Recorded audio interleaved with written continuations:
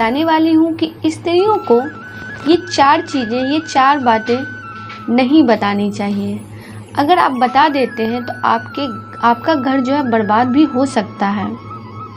आचार्य चाणक्य भारत ही नहीं, दुनिया के महानतम अर्थशास्त्री, राजनीतिक और कूटनीतिक थे।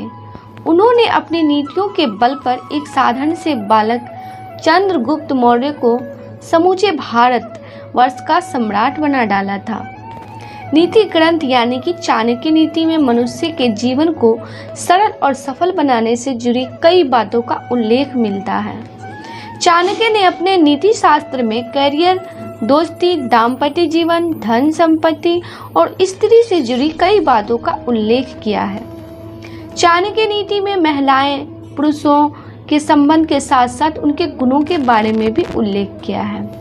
दरअसल शादी करना हर किसी के लिए बेहद खास होता है और हर कोई चाहता है कि उसके लाइफ में एक ऐसा इंसान आए जो उसे हर तरह का प्यार दे सके और उसका ख्याल रख सके। फिर भी जीवन की कुछ ऐसी बातें हैं जो किसी भी व्यक्ति से नहीं कहनी चाहिए। फ्रेंड्स, सबसे पहले है कि आप अपने पत्नियों को, आचार्य चाणक्य का मानना है कि कभी भी किसी पति को अपनी पत्नी को कमाई के बारे में नहीं बतानी चाहिए।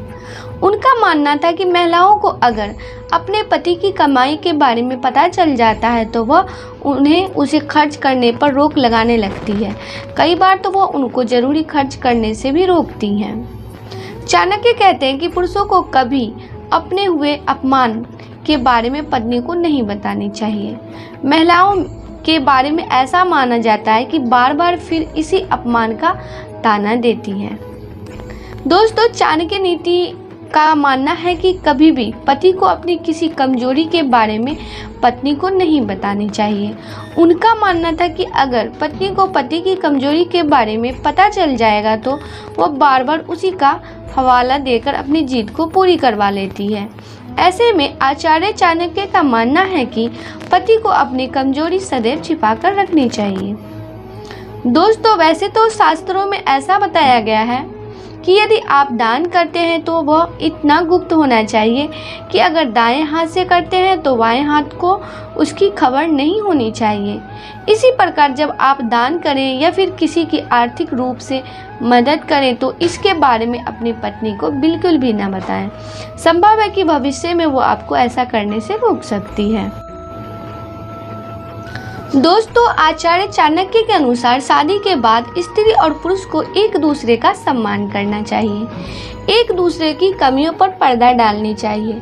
घर में कोई झगड़ा हो तो आपस में ही सुलझा लें।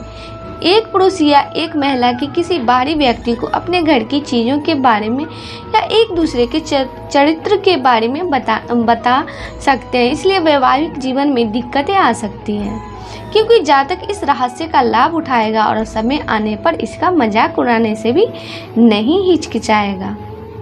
आचार्य चाणक्य के अनुसार अगर आपको कोई नुकसान होता है तो उसे कभी जाहिर ना करें क्योंकि दूसरे नुकसान पर दुख व्यक्त करेंगे लेकिन वास्तव में वो खुश होंगे। वे तुम्हारे पीठ पीछे तुम्हारी निंदा भी करेंगे। समाज में सम्मान बनाए रखने के लिए धन हानि के बारे में किसी को ना बताएं, नहीं तो लोग आपसे दूर हो जाएंगे।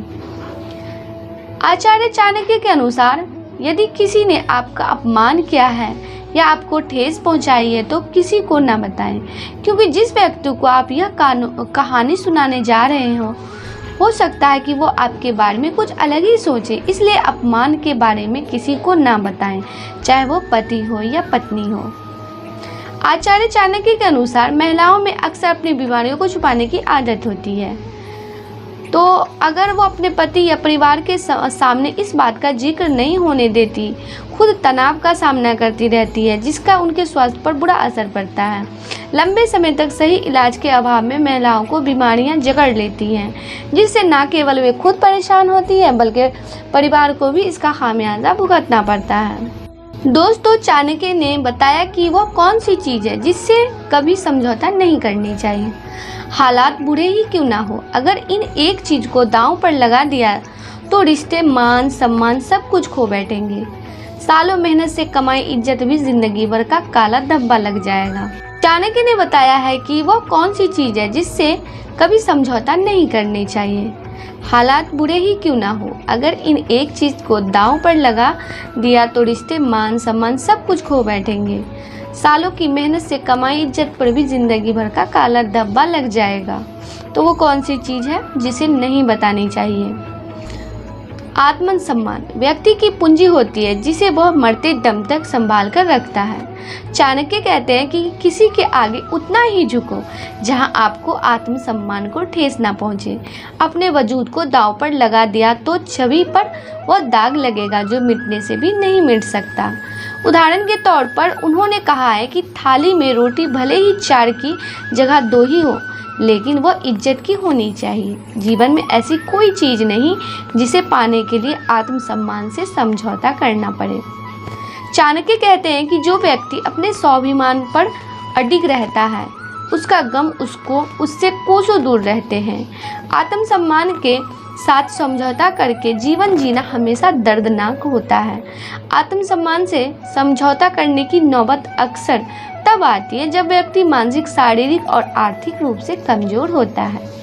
अगर अभिमान को ऊंचा रखना है तो इन तीनों पर आत्मनिर्भर होना पड़ेगा।